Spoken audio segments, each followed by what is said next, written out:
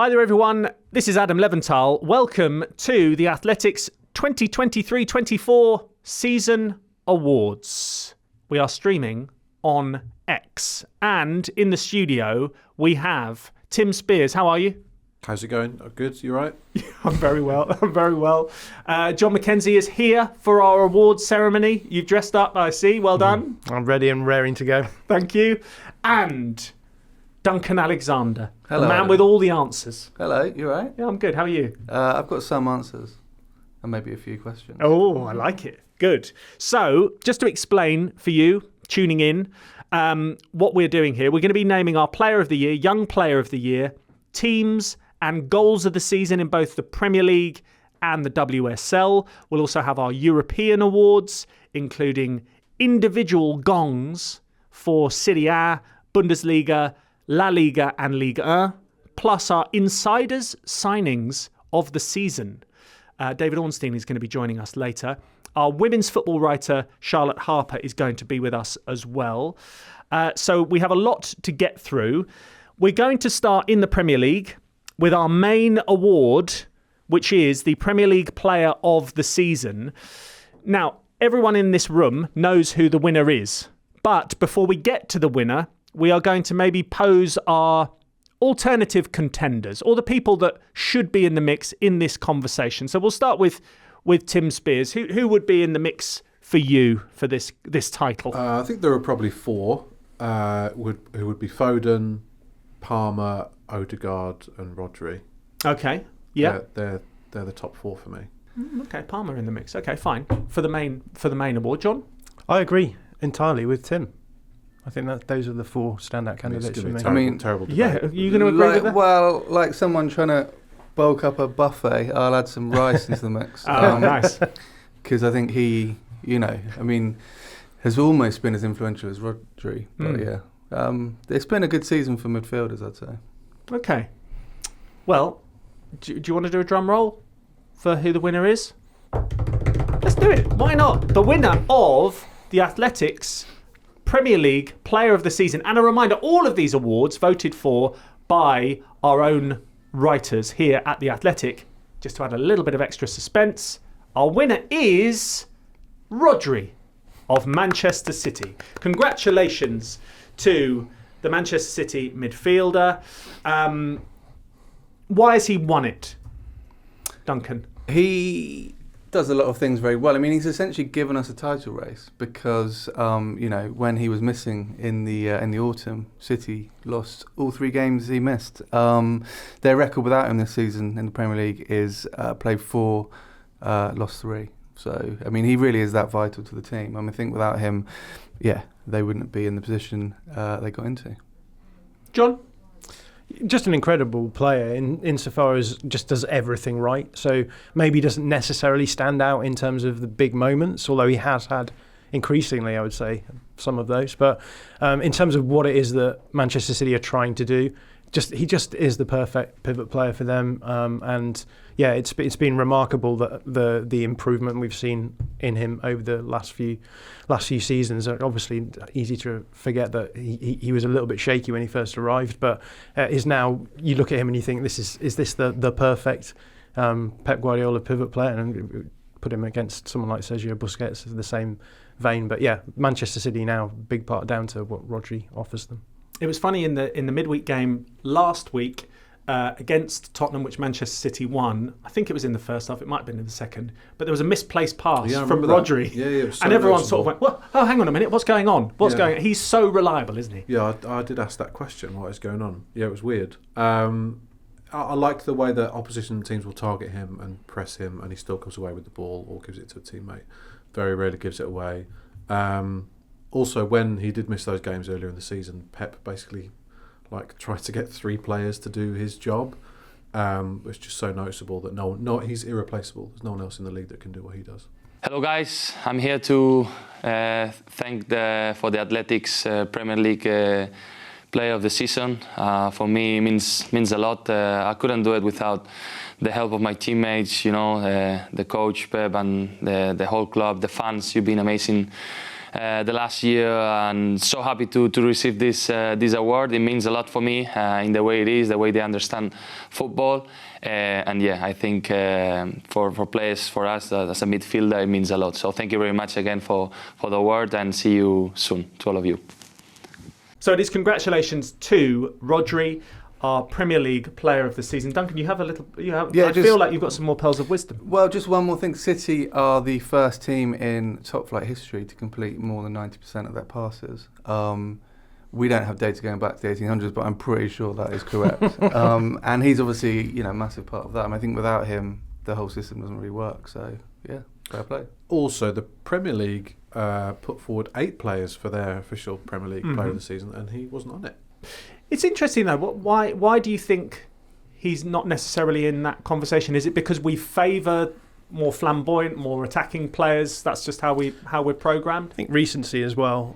I think with Rodri being just so consistent now, I don't think it's not fun to say Rodri has been the best player in the league because he's always so good. Yeah, and also I think in this country we like to, if a player plays well in Rodri's position, everyone sort of says, should we push him forward a bit and see? I mean, that's essentially what has happened to Declan Rice this season, and he's done that well. But Pep has occasionally talked about pushing Rodri a bit further forward. I think he could do it, but I think the role that he does currently probably isn't as valued here as it might be in a country like Spain or somewhere. Okay, it's time to move on to our second award of this end of season awards, and it is our Young Player of the Season in the Premier League. And Tim, let's do this again. Your own sort of personal nominees. Who would you have in the mix? I think Saliba would be one that I would put forward, and Udogi's had a good breakthrough year, but probably made too many defensive mistakes to be the winner of this award. You look like someone like Kobe Mainu coming in, again a bit of a breakthrough year, and obviously Cole Palmer. Yeah, once again we know who's winning this one, but before we announce who it is, John, your young guns in the mix. Yeah, I'd maybe add to that list that Tim just gave Alejandro Garnacho. I think maybe dropped off a little bit towards the end, but has been another impressive player for arguably the most important player from an attacking point of view for Manchester United this season. Throw him in there. But yeah, I can't think of any others off the top of my head. Well, if it depends what age you're going at, really, because I would say Van der Ven at 23 would have to be in the conversation. Is he only 23? See, this is the problem with young players in some way, is it feels like a player who's just broken through. Rookie of the year, isn't it? Phil Foden and Saka are kind of young players still, but they're sort of Premier League veterans. I think someone like Conor Bradley at Liverpool just came into the team and has done really well. I mean, that feels like you should be kind of highlighting someone who hasn't really done that much in previous seasons. Yeah, because again, the official Premier League list has Erling Haaland up for Young Player of the Year, which just feels a bit ridiculous. So and also Alexander Isak, who's 24, which again feels far too old. So it should be your maiden season and you need to be under 21. Yeah, Carl Anka did a good piece on this a couple of years ago, suggesting it should be called like Rookie of the Year.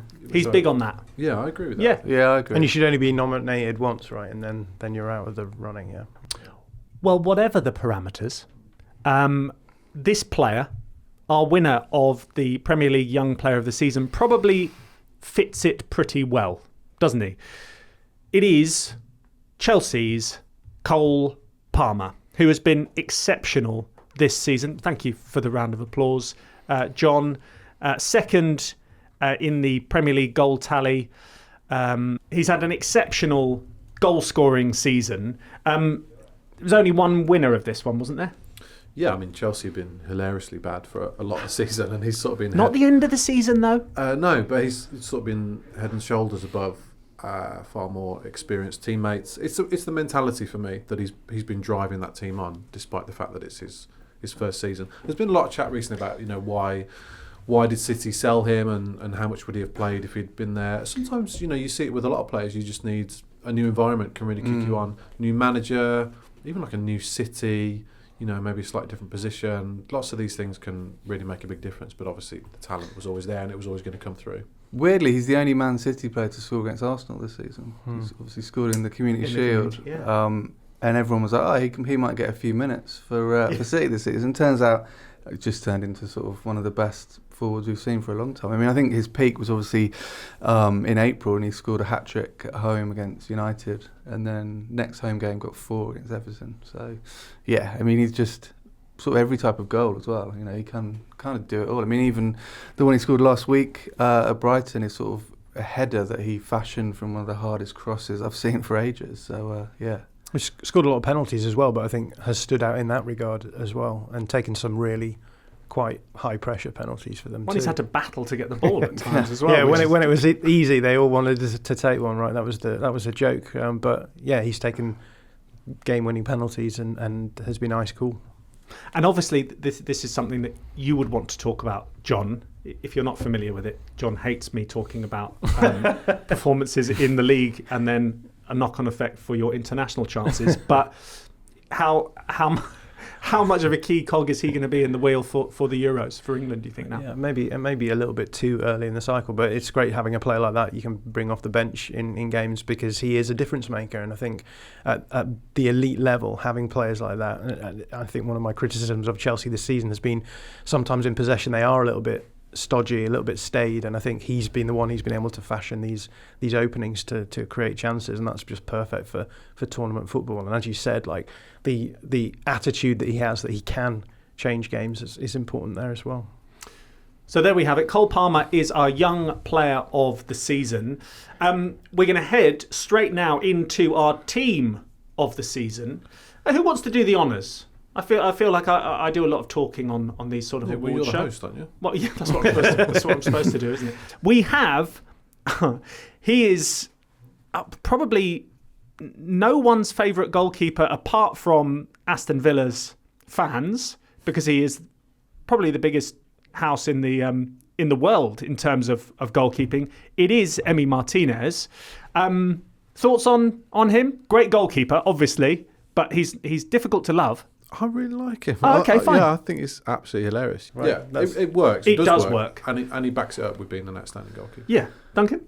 I mean, that is true, Tim. He has also set a new record for own goals by goalkeepers in the Premier Nice. League. So he has, if that's, one gap in his CV, it is, occasionally just trickling the ball across his own line. But why is he in there in terms of the I just data? think, Villa are one of the stories of the season, getting into the Champions League. We saw when he was out of the Conference League semi-final, the difference that made. He's one of the, Villa are not a team blessed with like loads of experienced players.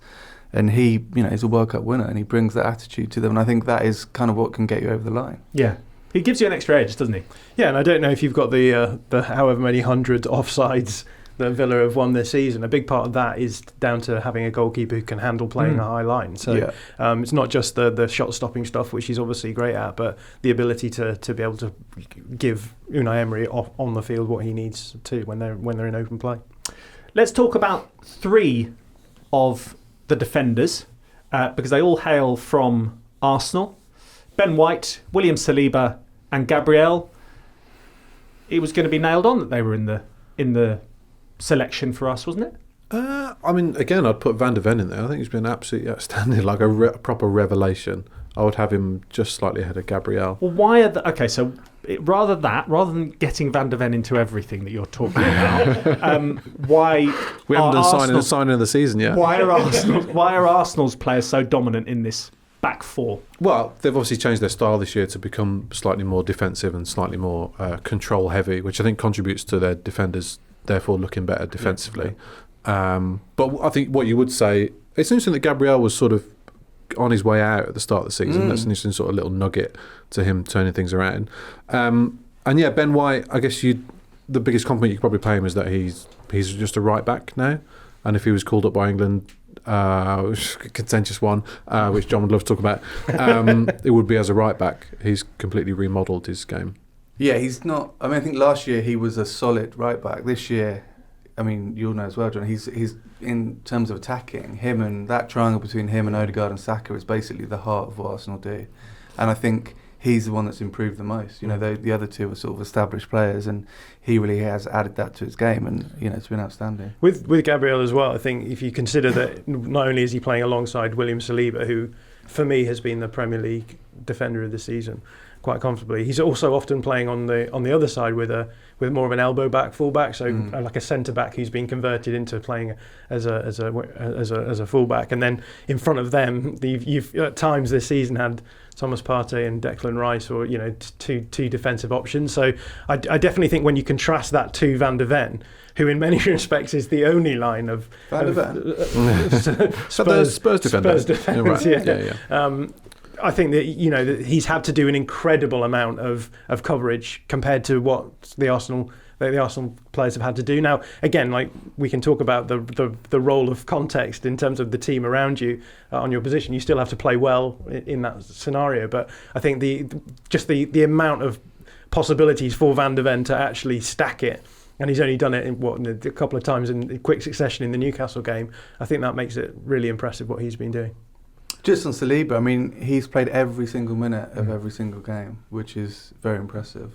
Obviously I think his injury last season was probably one of the reasons Arsenal faded. And I think if you're going to pick out a defensive moment of the season, his sort of out-muscling of Erling Haaland in the game at the Emirates was definitely a moment. It was like, maybe Erling Haaland isn't infallible. So there is a Tottenham defender in that back four, and Tim, I'm delighted to say that it is. Oh no, it's not. It's Destiny Udogie, but he deserves his place in there, doesn't he? Yeah, it's really interesting because in terms of Spurs' best players of the season, Van de Ven and Romero would be right up there, and Udogie's been very, very good, and Porro's had a much improved season, and yet goals conceded 61. It's not great for a team finishing in fifth. That's an awful lot. So, which says more about Postecoglou's style, really, but it's just interesting the way that it works out. And Udogie's been fantastic, certainly going forward. He's really embraced the inverted fullback role, and the 3 players or 4 players that have tried to play it when he's been out shows you how it's not as easy as it looks.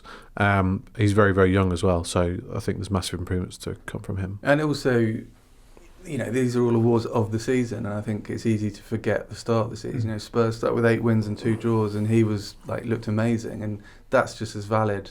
It's just as valid starting well as it is finishing well. Yeah, it does also speak to a dearth of left backs this season. So Man City have played quite a few players there and ended up with Guardiola's doing very well. Arsenal have had big problems at left back. Liverpool, Robertson's had an injury hit and form, but not his best season in terms of form.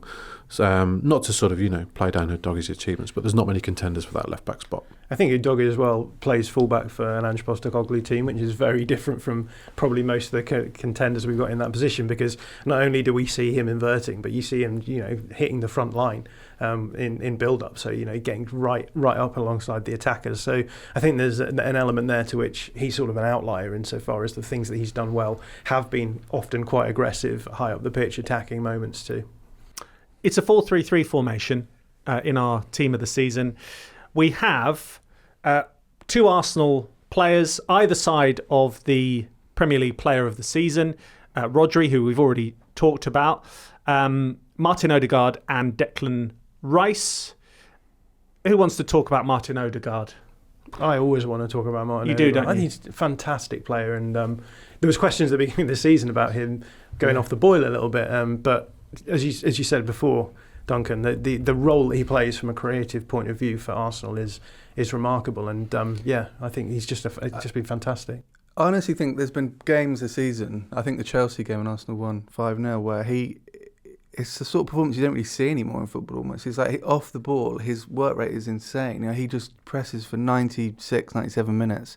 But his creativity, the way he manipulates the ball, in tight spaces, it's almost, if you stuck a pro player in a power league game and then you're like, whoa, they're really good. He looks like that sometimes. He completely bamboozles defenders in a way you kind of maybe saw sort of 20, 30 years ago, but you don't really get. And I think, as the captain as well, and I think we're going to talk about Rice in a minute, but bringing in someone like Declan Rice as well, in some scenarios or some clubs that might have ended up, sort of almost 2 captains and could have caused an issue, but it actually just seems to have worked really well for them. So. Yeah, Rice's sort of addition to that Arsenal midfield has been, it's helped them step up to the next level, hasn't it? Yeah, which is a massive compliment to him that he's come from West Ham and he's improved that team more than anyone in this 11. The mentality he showed.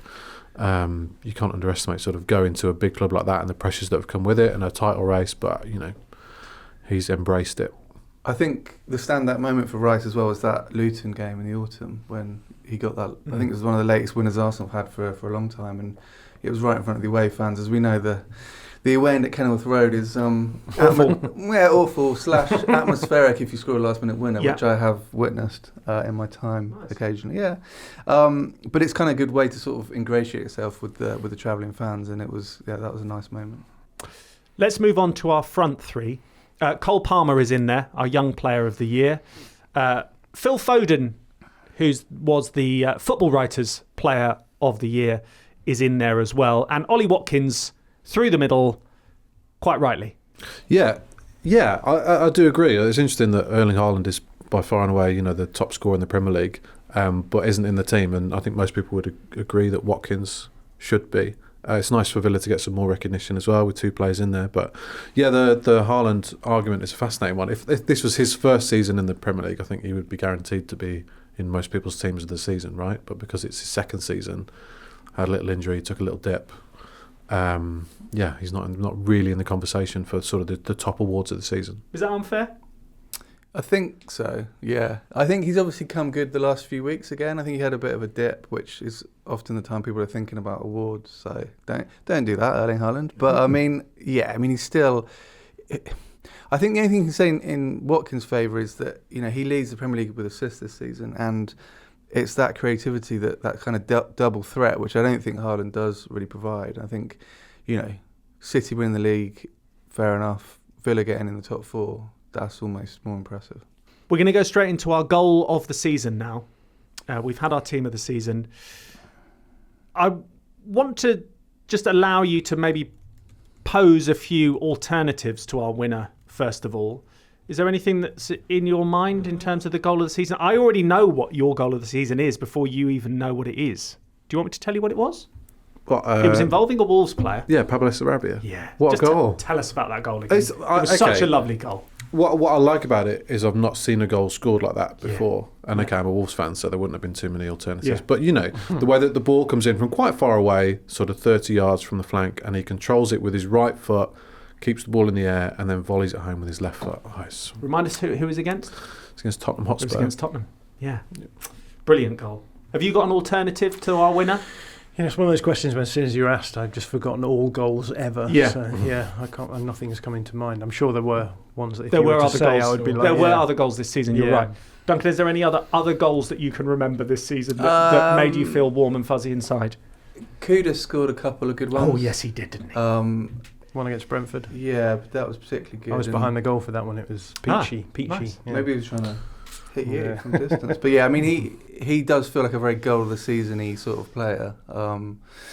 There's been a few good team goals. Remember Almiron scoring a good one early on.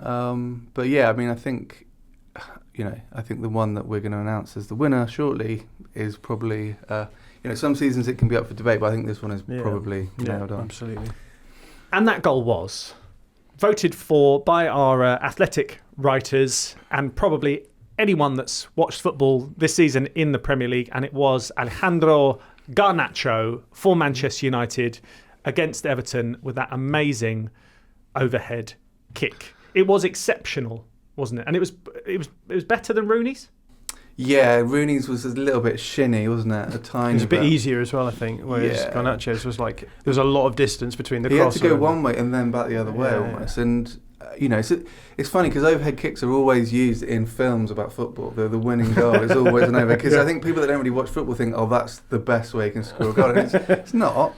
But when it's as perfect as this one, it broke XG as well because the XG on that shot was 0.08 because it was based on most shots with players from that position actually looking at the goal. So, I think not 8% of players are going to do what Garnacho did. The model is probably not able to account. It was early on in the game. This is just what I was going to say. Yeah. So overhead kicks are normally sort of late goals. The ball's flying around the box, chucked in, desperate sort of attempts maybe, but not the third minute. In fact, surely the best 3rd minute goal of all time, right? Yeah. It's up there. What are your top 3rd minute goals? Yeah. Well, Messi's never scored in the first minute, so it's good. Right, so that is our winner, Garnacho for Manchester United against Everton. So congratulations to him. Now, we're just going to quickly slot in a few of our own awards, which are just ones that we can just have a quick chat about. The surprise package of the season. Anything jump to mind for you? I know what John's going to say, but you can say what you want to say. I'm going to say what John might say. I'm going to say Bournemouth. You are not going to say what I'm going to say. I can guarantee no one's going to say. It has to be in the Premier League, okay? Yeah, it's in the Premier League. All right, League. surprise package. I would say, not necessarily from the start of the season, because I think we all thought that Areola would have a positive impact on that team, but to have 3 points from 9 matches. 9 matches, yeah. And there are a lot of people saying, if he loses his next game, he's gone. I don't know how sort of true that was, but it's a real example of persisting with a manager who's got a fairly complex tactical strategy, because I've seen some of the players talk about how they just needed time to get used to it. Trust the process. The pressing style was so complex that he was asking them to do. So since then, match day 10 to now, they're 6th in the table. They've won just short of half of their matches, 13 to 28. And I think everyone's sort of looking forward to seeing what they can do next season. Come on then. Surprise package. My surprise package is not Areola, but he has brought me a lot of joy this season. Yeah. So and I was right. But I was going to say Rodrigo Muniz has been my surprise package, because I watched him play against Leeds, my team. I think it must have been the Carabao Cup or the FA Cup or something, and I watched him and I thought I thought he's not going to make it at the professional level, let alone the elite level. He was absolutely abject, and yet here we are all this time later, and he won. I described this as Player of the Season 1 month. It's not it's Player of the Month 1 month. Not only did he have that in fantastic month where he scored all those goals, but he's great in interviews. Have you seen his interviews? He talks about loving going to Madame Tussauds. Drove past there the other day. He went and saw Mohamed Salah, and I just made me think I need to go back just to see if they're. Well, he was impressed with Mohamed Salah because he went to Madame Tussauds, saw Mohamed Salah's waxwork, and then went and played against him and was like, it's incredible. It was like standing next to the real man. Which one moved more? Huh? yeah. And then he had another interview where he talked about Birmingham Safari Park being high up his list of activities. It's called West Midlands Safari Park. Yeah, just no, that's what he called it then, Birmingham Safari Park, I'm pretty sure. Let's not get sidetracked. Duncan, your surprise package? I'm going to say Luton around Christmas time. There was about a 5 week... Yeah, this is the surprise package of the entire season. Yeah, but I think for Luton that probably counts. Yeah, fine. Okay. There was a good little spell, and we are pushed for time. Let's not talk about this. I know you don't want to talk about them, but they were interesting for a few weeks. They were different, and it was. They did look like the team that was going to stay up of the three. Yeah. And I think they kind of acquitted themselves better than the other two. So they did. I'll tip my hat to them for that. I agree. Signing of the season. Yeah, there's this defender at Spurs. This is your time to shine. It is, isn't it? In terms of value, I think you say Ross Barkley at Luton, free transfer. Can't really argue with that. Mm-hmm.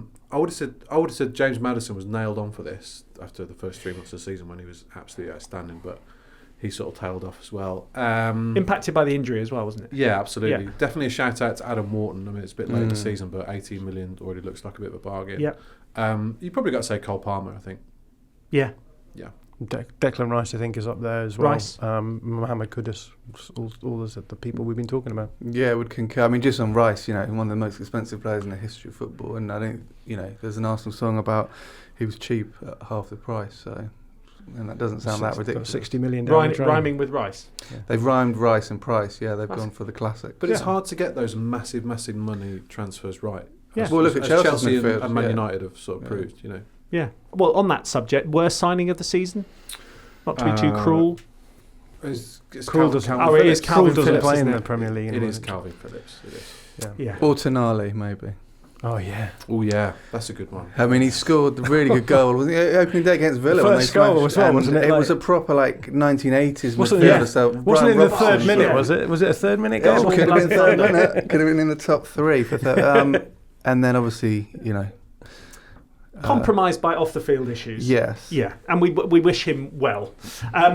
Manager of the season? Unai Emery? Yeah, although I think it's harsh on Mikel Arteta to go for Emery. Although I think Emery's been really, really good. I mean, Iraola, perhaps. But I think on the Arteta point, Arsenal have got more points in 4 successive seasons, which has only been done like 5 times in Premier League history. So it's really hard to do. I mean, it'd be very hard next season to do it. But that's very impressive. Okay, moving swiftly on, we are going to now get stuck into our European awards. And both our European Player of the Year and Young Player of the Year is someone who is English, is young, and European. is European and brilliant. I'm just going to go straight into it. It is Jude Bellingham, who is our Men's Player of the Year and Young Player of the Year. Are you happy with that?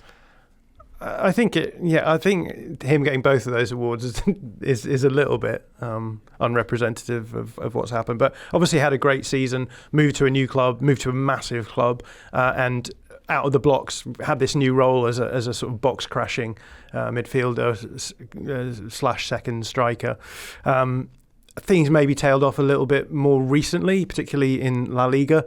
But I can understand why he would be the prime candidate here. But we'll talk about a few other options for these roles as well, I think.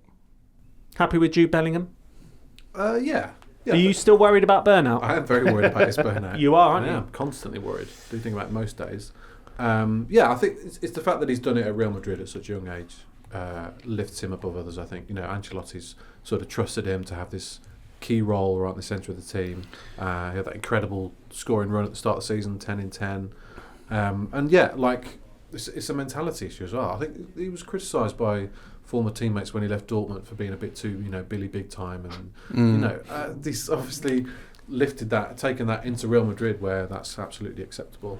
And he just keeps driving on and improving. And physically, I mean, I've watched him in person a couple of times this season. He looks bigger. He really looks really bigger. I watched him for England against Scotland, and it was like he was playing against a youth team. That was a display and a half that night. It was incredible. Proper like, I'm going to Hampden Park, and Even some Scottish people around me applauded him off the field, which is the biggest compliment I think you could ever receive. Some Scottish people. Yeah. Nice. I mean, he's one of only 3 players this century to score home and away in a Clasico for Real Madrid. Van Nistelrooy and Ronaldo. That's pretty good names to be in with. I mean, to kind of go to Madrid and even take the number 5 shirt, Zidane's shirt. To Tim's point, he takes big balls to do that, and to go into that club. And we've seen English players go there before and kind of really get dominated by it and overawed and not learn Spanish, not come out of their hotel room basically. And the fact that Bellingham did a speech in Spanish when they won the league as well, I think it's just testament to his kind of maturity and kind of confidence. And I think that's the thing, fitness all being well, that's the thing that will kind of turn him into an all-time great. Yeah, he is as exceptional on the field as he is off the field. Do you reckon he could play for England someday? I think it's time to start looking at him as an option. Yeah, he's obviously going to be the key player or one of the key players for England at the Euros. He's still got an opportunity to win the Champions League at Wembley against his former team at the start of June as well. So, yeah, it has been an exceptional season for Jude Bellingham. And I think having talked it out, John, I think we can understand why he is both the player and the young player of the season, because he is still just 20 years old. He turns 21 on the 29th of June. Right, now it is time to switch to our European Men's Manager of the Season, and it is a huge congratulations to Bayer Leverkusen's Xabi Alonso. There is only one winner in this, isn't there? This is really the story of the season for me, because what he's achieved is so unlikely. That long unbeaten run, just incredible, really. I think incredible in terms of all-time history of football, let alone in the present day, where I think it's harder to do. There's more games, the levels are higher, the competitiveness is higher as well. Just a really, really impressive performance from Leverkusen and Alonso. And yeah, the amount of just fun last minute carrying that run on, where it just seemed completely unlikely that it was going to happen again, and yet they did it. goals against Karabag stand out. The Roma leg in the Europa League as well. Just a fantastic and fun team to watch. Obviously, has the Bundesliga in the bag. That was done quite a few weeks ago. Still an opportunity to win a treble with the Europa League and also the German Cup too. I mean, it is incredible. It's almost as if it's not getting enough airtime. I'm presuming it's getting lots in Germany, obviously, Probably. but because he's understated as well. He's just sort of he's just as cool as a cucumber. Yeah, I mean, Bayern had won 11 league titles in a row coming into this season, so he hasn't just beaten Bayern, beaten them with a few games to spare, and a Bayern that brought Harry Kane with 44 goals into that team and had Thomas Tuchel as a Champions League winning manager. So to win the title with a few games to spare is good enough. But also you've got to take into account that in terms of wage bill and net spend, they're fourth in the table. In the Bundesliga, so they've not got as much money as their rivals. They've only got 30,000 seat stadium. They're a modest club compared to Bayern and Dortmund. It's sort of like Aston Villa winning the Premier League, going unbeaten in the cup final and in the Europa League final. It's absolutely ridiculous. And I guess we think of the top sort of feats in European recent football history. I don't know, AC Milan in the early 90s. A couple of other unbeaten seasons. Juventus did it, didn't they? Yeah, but it's hard to top this. I think what he's doing. Yeah, I mean Leverkusen have been a kind of meme team, really, haven't they, for years? They've always blown it at the last minute. Leverkusen, yeah, and now it's never losing, etc. It's been said too often, but I think just they're just so impressive. I mean, the thing with Alonso is we all know that in football you can be a good player, but that doesn't make you a good manager, or vice versa. He looks like he's been a great player, a great manager, and quite handsome. So he ticks a lot of boxes. I think there's a slight thing where the fact that he decided to stay at Leverkusen is really good, but I think for people outside of Germany, it's a bit like, oh, he didn't want to go, to Bayern or Liverpool or wherever. So, but I actually think for his long-term development, it's the best thing. Congratulations to Xabi Alonso, winning our European Men's Manager of the season. We're going to just take you on a little journey across Europe in terms of our players of the season in the other big four leagues, La Liga, Serie A, Bundesliga and Liga. The La Liga award, surprise, surprise, there is this player who's been doing very, very well, and we've already spoken about him. Our La Liga player of the season is Jude Bellingham. Have you got any other alternatives for players in La Liga that have outstripped him, outperformed him? Shame not to talk about Girona, maybe. They've had a good season as well. I think Alex Garcia, for them, has been a standout player in terms of sitting deep in the midfield, and his progressive passing numbers would be pretty good. Who's the Las Palmas keeper as well that basically plays as a holding midfielder? Yeah. Is he called? I think he's called Garcia as well. Yeah, insane amount of touches outside the box, which for me, I like that. So, But Bellingham, a worthy winner. Yeah, there's no one else. That's fine. Because that's cool. Mickey van der Ven didn't Van der play in Ven? La Yeah, Liga. exactly. Exactly. If you'd been up against him all season, then it would be a different story. Serie A winner, our player of the season, is the Inter Milan midfielder Hakan Çalhanoğlu, who scored 13 goals in 30 Serie A games, winning the championship with Inter. Does he get your juices flowing, Duncan? Yeah, I mean, he's a sort of almost a bit of a throwback sort of midfielder, but just so classy. I mean, he's the last Inter midfielder to score more league goals in a season was Lothar Matthäus back in 1991. Nice. It's quite a long time ago. Love that stat. Yeah, I mean, you can almost envisage Matthäus whacking him in at the San Siro, but he does the same pretty much. So, Yeah. Interesting reinvention as well, because he was playing as a 10 when he was actually at the cross-city rivals Milan, but has been reinvented as a 6, sitting a bit deeper, and been really, really impressive in that team. And the Simone Inzaghi's, like, the system that he's developed at Inter is worth shouting out as well, because they've been really, really good this season. They've probably been the best team in Serie A for the last few seasons, but this is probably one of the best Serie A teams that we've seen within the last decade as well. So really impressive what they've done there. It won't surprise many people that our Bundesliga player of the season is from Bayer Leverkusen and is another midfielder. It is Florian Wirtz. Tell us about him, John. He's a fantastic player. He represents, I think, Leverkusen in a way that few other players have represented their team in terms of the tactics. He's like the beating heart of that team. Fantastic small spaces player, so incredible technique. But for me, what stands out with him is that he's just a fantastic reader of space, in the same way that someone like Messi is. When the ball comes towards them, they know exactly what space is available to them, the areas they can move the ball where the opponent immediately nearest to them can't move. And as a result of that, has been able to help Leverkusen play in this really fun way that they've had under Xabi Alonso. And there's been lots of debates this season about the Guardiola style of play and how it's held back football in various ways, and you can read about those debates if you want. But Xabi Alonso's Leverkusen, I think, are one of the teams that have sort of started to think about how do we reinvent this approach to positional play, and I think Florian Wirtz has been absolutely fundamental to them being able to do that. So yeah, he's a joy to watch, and we'll get to see him at the Euros. I'm sure he'll be a key player for them as well there, Germany. He has been integral but Bayer Leverkusen have been wonderful to watch. Such an interesting team to watch, and also just pop up in the last minute if they need it with an equaliser. Yeah, although if your name is Harry Kane and you scored 36 goals in 32 games, you might be a bit like, come on, athletic readers, where's my... Sergio Girassi as well, I think, at Stuttgart has scored at a higher rate. Do you really mean that, Tim? Yeah. Do you really disagree with that? I mean, I think he's got his goals. I suppose. Well, it's an interesting debate, I suppose. But if you just score a hatful of goals, does it make you more integral to a team than someone who is making a team tick? In 45 matches in all comps, he's got 60 goal involvements this year. Okay, fair enough. He did score that one from the centre circle, which was probably the best halfway line goal I've ever seen. Because it didn't, we all know Harry Kane wants to be an NFL kicker at some point, and that was essentially an NFL kick. It was dead straight and didn't waver. Did you see Wesley Hoot's goal for Watford against Hull this season?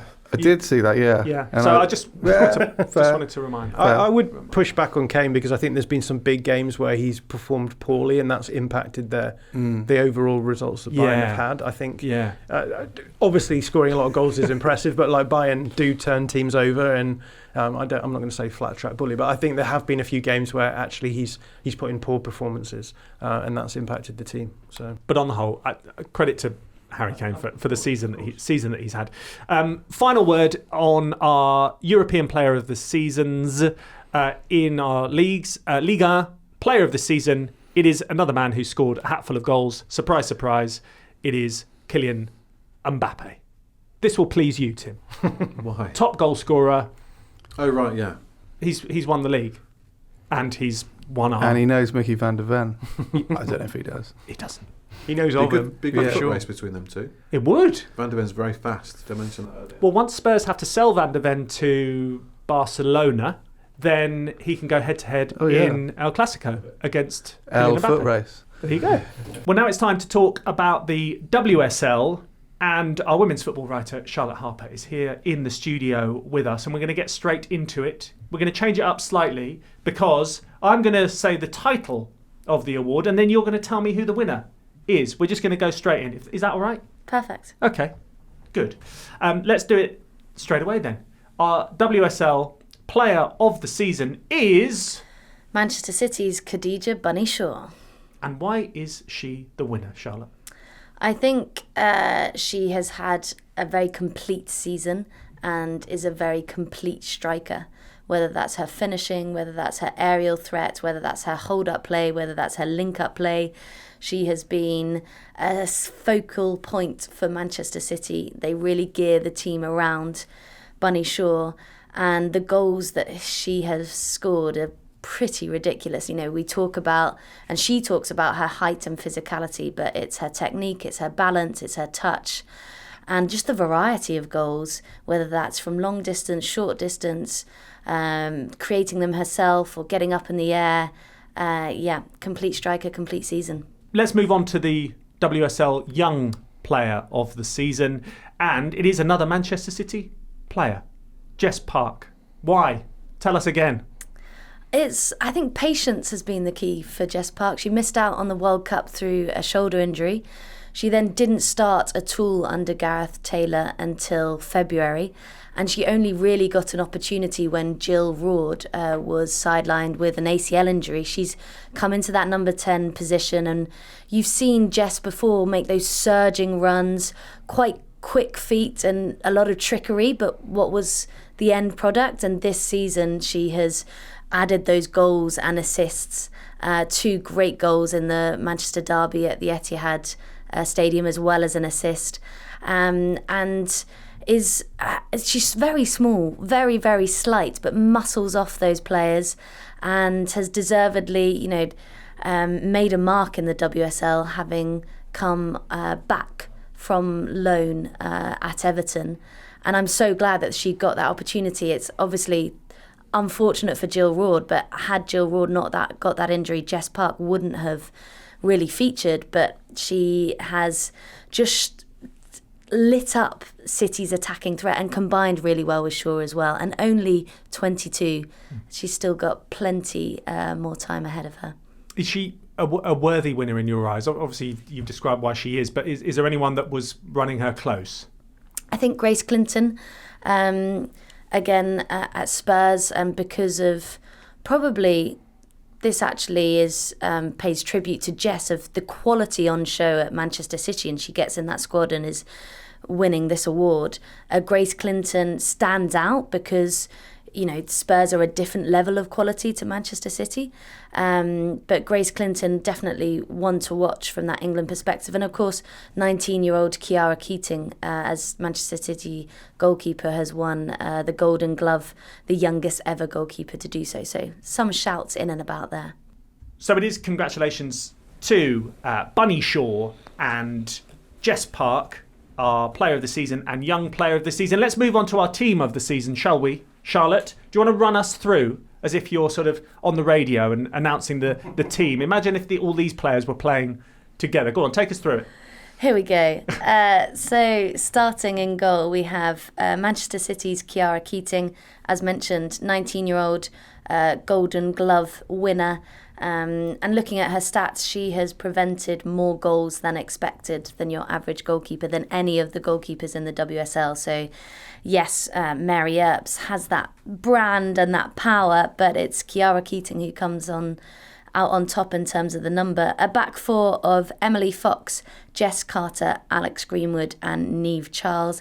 Emily Fox really making an impact, having joined from the NWSL to Arsenal only in January. And when I voted for this, it was actually quite hard to find a standout right back for the WSL. And I think those problems may come into the fore with the England setup as well, given Lucy Bronze is probably nearing the end of her career. Going on a tangent there, let's focus on the 2 centre-backs who have made the team of the season, Jess Carter and Alex Greenwood. I don't think there's really any argument about that. They have been top class for both their clubs and country, solid at the back, very tidy, very consistent, and just no errors, which is why Chelsea and Manchester City are in the running for the title, thanks to those 2 key, well, not just those 2 key players, but real instrumental in that back line.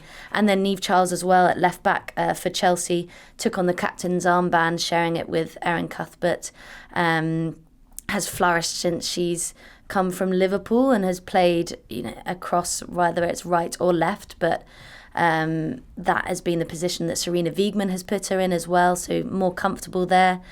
In the midfield, we've got a 3 of Yui Hasegawa, Erin Cuthbert and Grace Clinton. Yui Hasegawa is a really interesting one because she only joined Manchester City because Keira Walsh moved to Barcelona very near deadline day in 2022. But she is just a magician, very slight, but reads the game very well, and has been, I think there were real questions as who could possibly replace Keira Walsh at Manchester City, and Yui Hasegawa has done that very, very well under Gareth Taylor. As previously mentioned, Erin Cuthbert, I thought that she could have been a contender for Player of the Season. Has had her best season in a Chelsea shirt by far, has also shared the armband in the absence of Millie Bright with Niamh Charles, has scored some absolute bangers, but it was just the way that she marshalled that midfield against Barcelona, which was incredibly impressive. Unfortunately, that kind of wasn't replicated in the home leg at Stamford Bridge. And then you have a very similar player in Grace Clinton, feisty, like a terrier snipping at your heels. And I think arguably there would have been other midfielders, perhaps Shoka Nuskan as well from Chelsea, who could have made that midfield three. But Grace Clinton, I think, gets the headlines because of her potential and her talent. Front three of Lauren James, Khadija Shaw and Lauren Hemp. Lauren James got off to a flying start in the season, loves to score at Stamford Bridge. And again, like, she's got to remember that she wasn't in the Euros 2022 squad. So this is probably only her, full second season as a WSL player. She scored some ridiculous goals, and you just know when she's on the ball, she can light up the game and bring it alive. I think consistency has been lacking, hence why she hasn't been nominated as Player of the Season or even Young Player of the Season. But, give her time. Emma Hayes has built Lauren James and still got so many years to come. Bunny Shaw, as mentioned, goal-scoring machine. I don't think we need to say too much about her, but a real shame that she's ended her season with a foot injury. She's missed the last 4 games. But hopefully she'll come back in the new season and still find that same level. And then Lauren Hemp, wiggling her way through those defenders. Big news for City that she has extended her contract. That is huge, especially as interest from Barcelona. And if Barcelona are interested, you're a good player. So, yeah, looking at that team of the season, definitely Manchester City and Chelsea heavy. And I don't think anybody would want to play against them. You mentioned Khadija Shaw as a goal-scoring machine there, and it will be no surprise, really, considering she has scored the most goals in the WSL this season, that she has won the goal of the season in the WSL as well. It came against Liverpool. For people who weren't there, just take us back to that moment. Describe why it was such a good goal. I think it's, as I said before, you always talk about Bunny Shaw's physique and her height, but this just shows her technical class, like back to goal, chests it down, one touch, kind of loops it over the defender, and then just no hesitation. It's about, 25 yards out and absolutely hits it, like the power. And she says, when I spoke to her, she loves the gym, speaks to Usain Bolt about little techniques that can help her. And she, thwacks it. But but also with 100% accuracy, top right corner is a firecracker. Thwack. We haven't had thwack used on a podcast or a show for quite some time, and I'm here for it. We must make that a feature for next season, the thwack of the week. Right, we are now going to move swiftly on into our European awards, and we'll change it up. We'll change up how we're going to do this. So I will announce the award, and you can take us through the winner and the reason why they have taken these gongs. So we'll start off with our European Women's Player of the Season. Charlotte. Caroline Graham Hansen, which does not get enough recognition for her achievements at all. 18 goals and 17 assists this season, her best so far.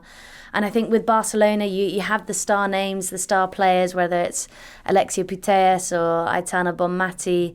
And Caroline Graham Hansen just goes about her work very quietly, quite a shy player as well. But whether it's coming in on the inside or the outside, she can be deadly. And one-on-ones, and she has had an extremely consistent season throughout the league, perhaps quite quiet against Chelsea. But I will look forward to seeing her against Lyon in the Champions League final and a deserved winner of the European Women's Player of the Season. Okay, so that's the player of the season, the young player of the season now. Yeah, Selma Paraguayo, who is only 19. I can't believe she's only just 19, but scored the most number of goals for a young player. And of course, the further you get in competitions, the more that you're going to stand out. Barcelona have had a tremendous season yet again. and that helps in terms of goal scoring, that they dominate completely in their domestic league, but as well throughout the Champions League she's impressed.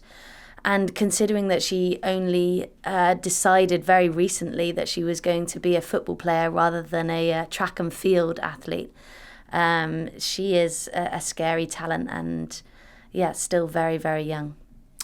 And finally, our manager of the season.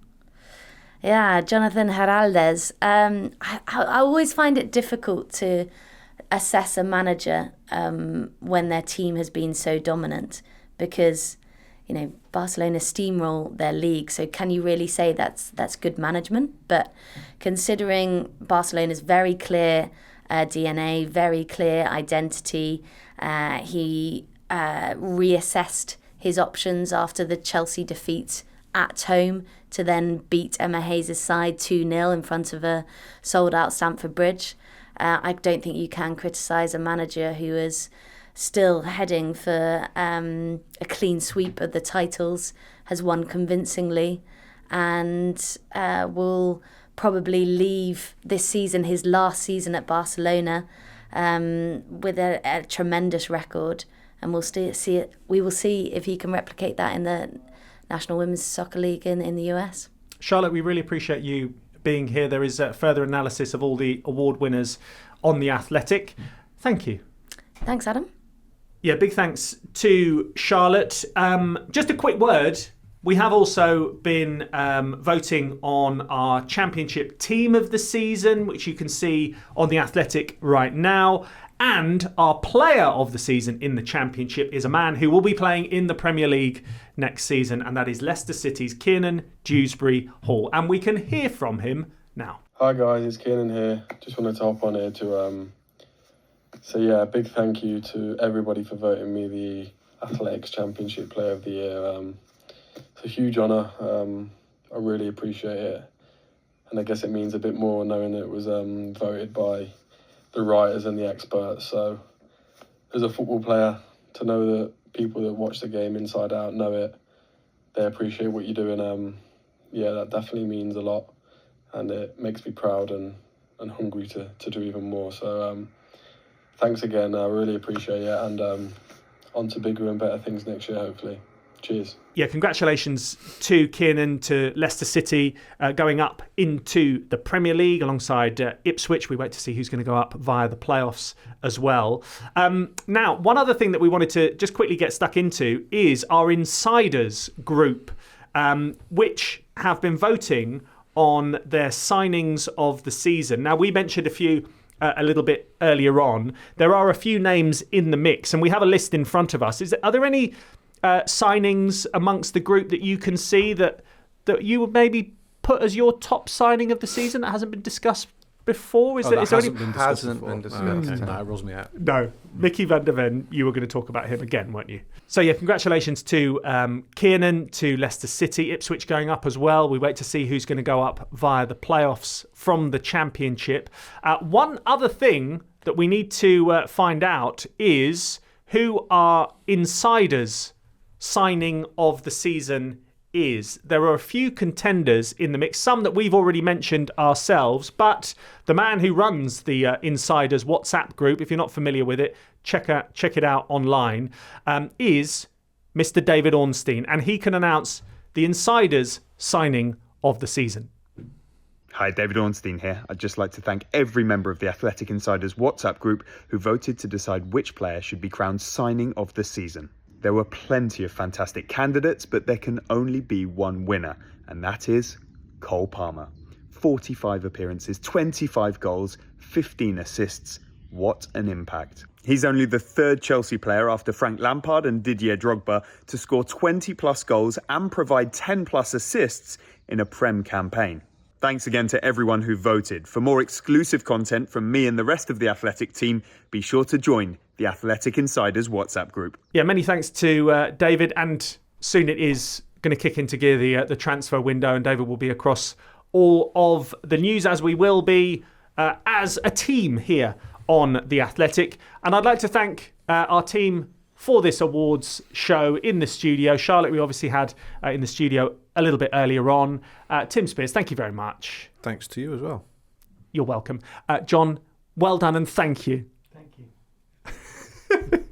And Duncan, thank you to you. Thank you, Adam. Nice one. Don't forget, we will have continued coverage of a really, really busy summer. I mentioned the transfers a moment ago. We obviously have the Euros. We have the Copa as well.